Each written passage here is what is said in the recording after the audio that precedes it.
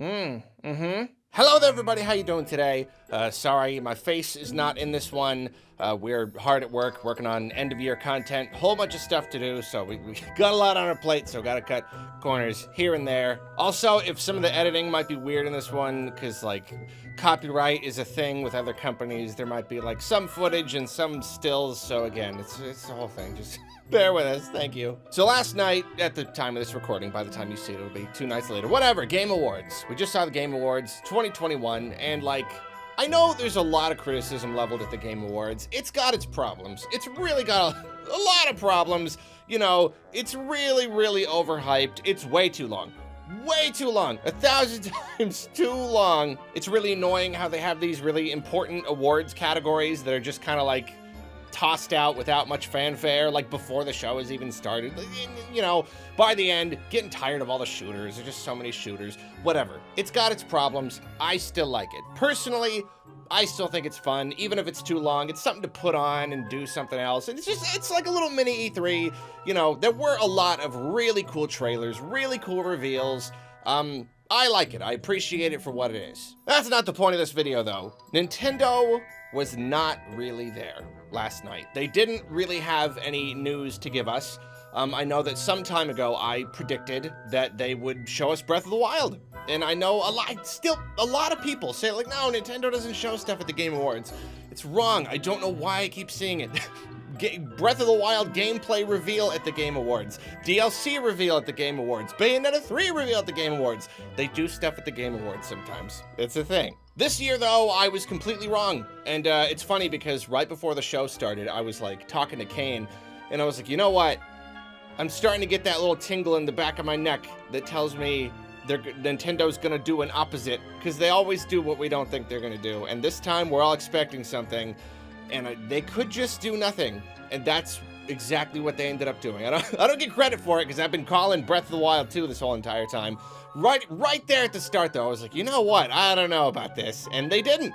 They did nothing. I am not disappointed that I didn't get some Nintendo thing last night. That, like, 100% not why I'm here right now. I'm not bummed because, oh, I wanted a Zelda trailer. No, there's plenty of time. There's more directs in the future. Whatever. I did, however, come away feeling kind of disappointed because, like, just seeing this event, it really is a one-of-a-kind thing. You know, I mean, it shares a lot of the same issues as, like, other things, like E3. It's very corporate and all that stuff. Sure, but, like, this really is the one event of the whole year where everybody comes together. For one thing, it's not separate streams or anything. It's just this 3-hour block where the entire game industry comes together, everybody all together, celebrate games, reveal their trailers, everybody's in one room.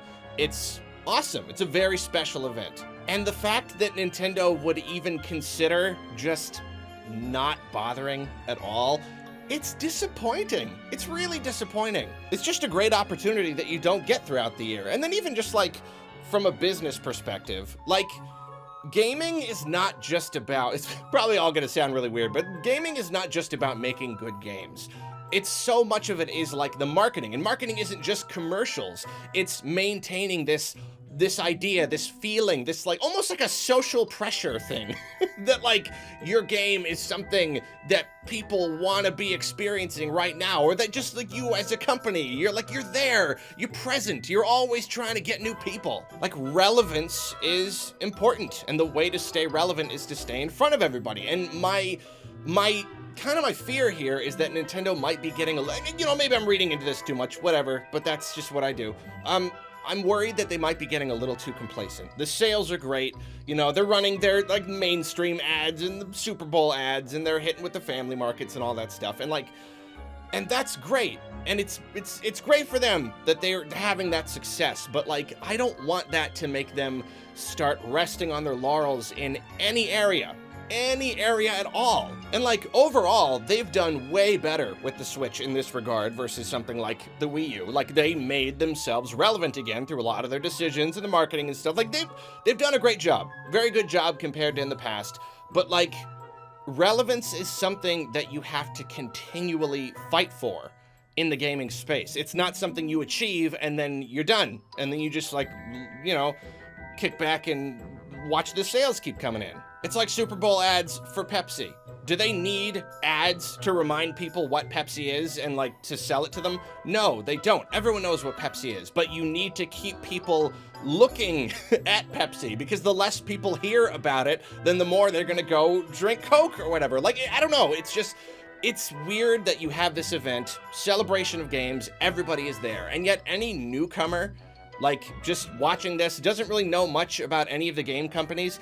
Like, they would not think Nintendo was a big deal. There was nothing in this presentation to suggest that Nintendo was this amazing legacy company. If anything, it seemed like probably like a small studio that, like, I don't know, some people care about, but it's, this other stuff is more important. Like, it's just like, it didn't have a presence. It didn't feel important. Now, they did have a Game of the Year nominee, and that is great. I will not downplay the importance of that, and it's a Metroid game. That's incredible. Very happy about that. And they had like a cool little medley of like music from all of the Game of the Year nominees, and Metroid was in there for like a good few seconds. There was like, oh look, it's Metroid. That's cool.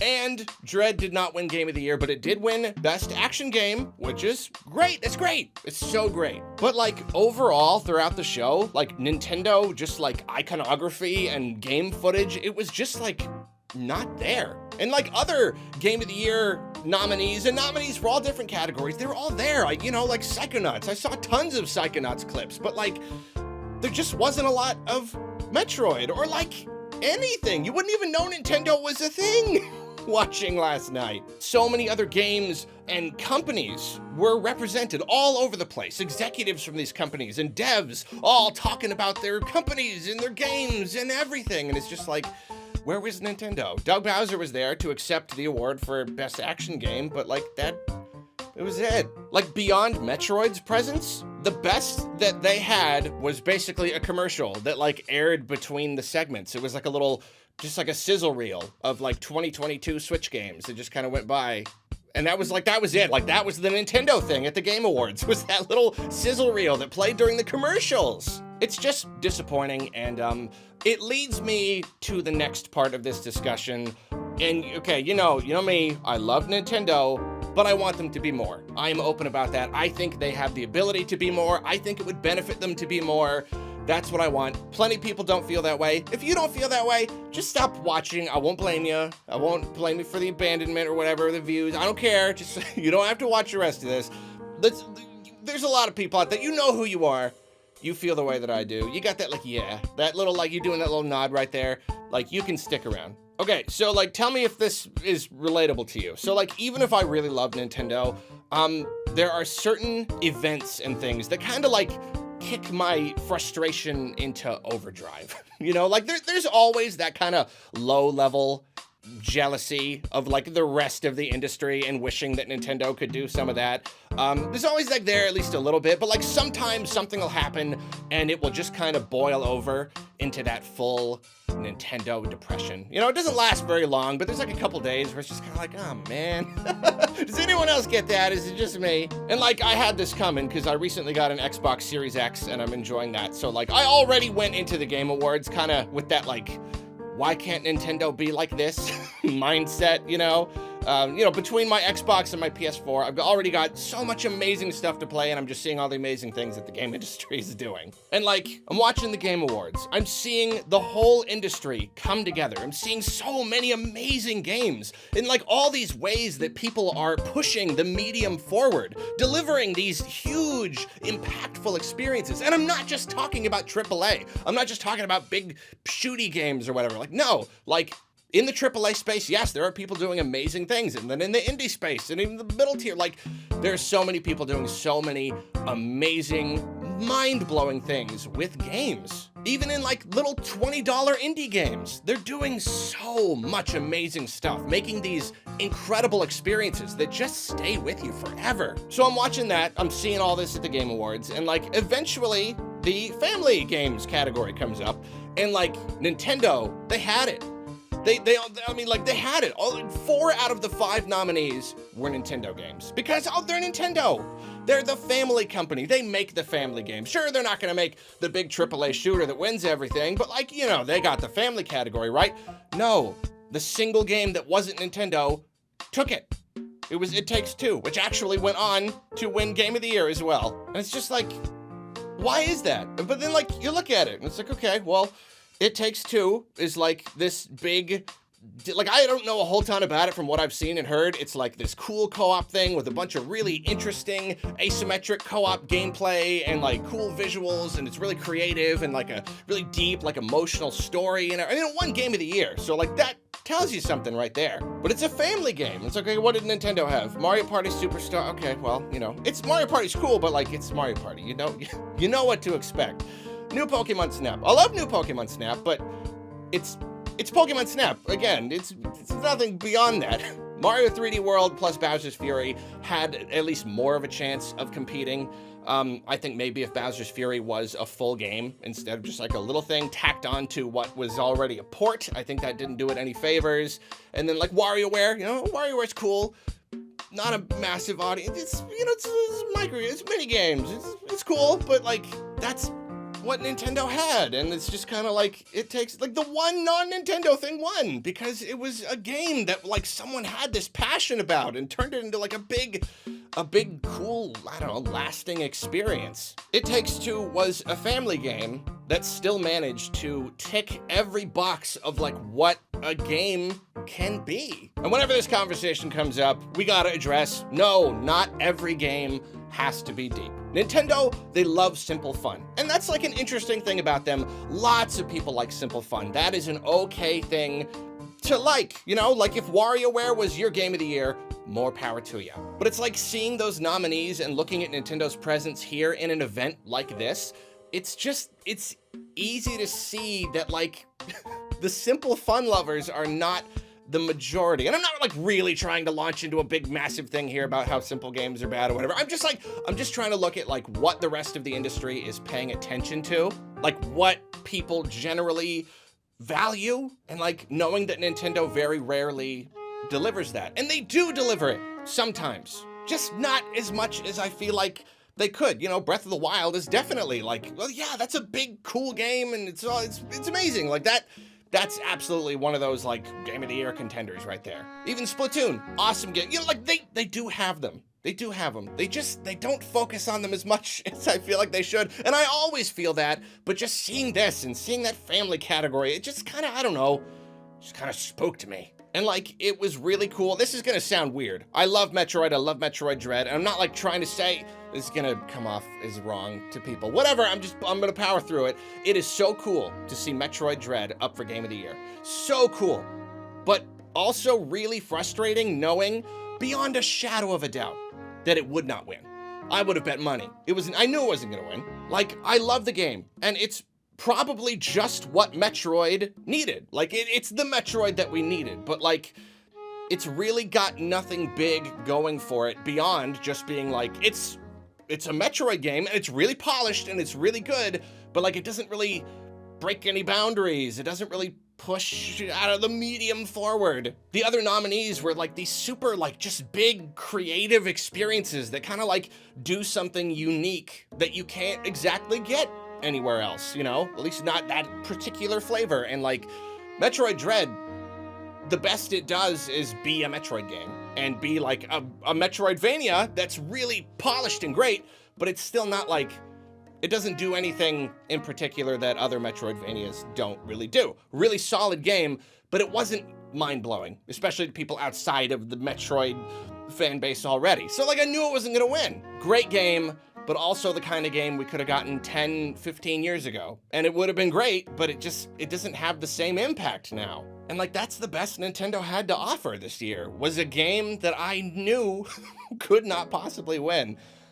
I don't know. It's just, I don't know. I'm kind of just thinking out loud at this point. Oh, and I'm not trying to open up just like every can of worms possible. But like, real quick, I do have to admit that a lot of this does come down to the graphics of the Switch. You know, like, as I've said, it gets harder every year to be happy with how the Switch performs, you know, how games struggle to run on the thing. And it's just like, these graphics are 2 whole generations behind now. 2 whole generations behind everyone else. And like, again, one of the only things Nintendo had at the Game Awards was that little sizzle reel.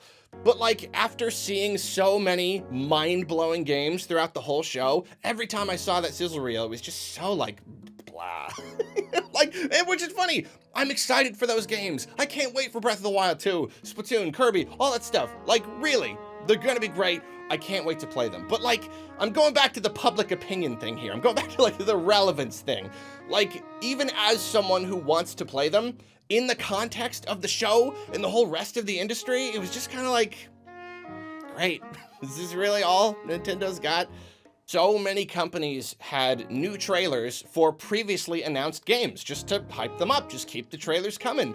Nintendo could have done something like that. They really could have used just like a new Splatoon trailer or Breath of the Wild or just kind of like anything. Nintendo does have some cool, exciting games, but like relegating them to a few seconds each in a sizzle reel just makes them look so meaningless. It looks so blah. Again, I can't stress it enough that Nintendo does make great games. There is a place in the industry for the simpler, fun games that they do. Great graphics don't magically make a great game, blah, blah, blah, all that stuff. It's just like, I don't know, seeing the Game Awards this year, seeing things like this, just, it often highlights where Nintendo lacks and kind of makes them feel isolated from the rest of the industry, but like not in a cool, unique, like we do our own thing kind of way, but at a look at all this cool stuff, I wish we could have more cool stuff like this kind of way, you know? Like, gosh, there were like 2 or 3 different space games where you're just flying around in space, and each time I was just like, Fox could be in that cockpit. This could be a Star Fox game. Nintendo could make this. They could make Star Fox and it would look like this, and it would be really cool. But they just kind of don't want to. So yeah, go down to the comments and yell at me about how I'm entitled, or I should just turn this into a PlayStation Xbox channel and be done with it. I'll get over it in a few days, but I don't know. I don't know. It'd be nice to know if anybody else feels this way too after watching something like the Game Awards. So do that. In the meantime, I will be playing my Xbox. Call me when they release Breath of the Wild 2. Walk away, walk away, walk. I'm just kidding. No, I'm not playing anything. I'm gonna be working. You kidding me? It's December. Gonna be working for the next 2 weeks straight. Oh, wish us luck. Keep us in your thoughts. Every prediction video takes like a year off of Kane's life.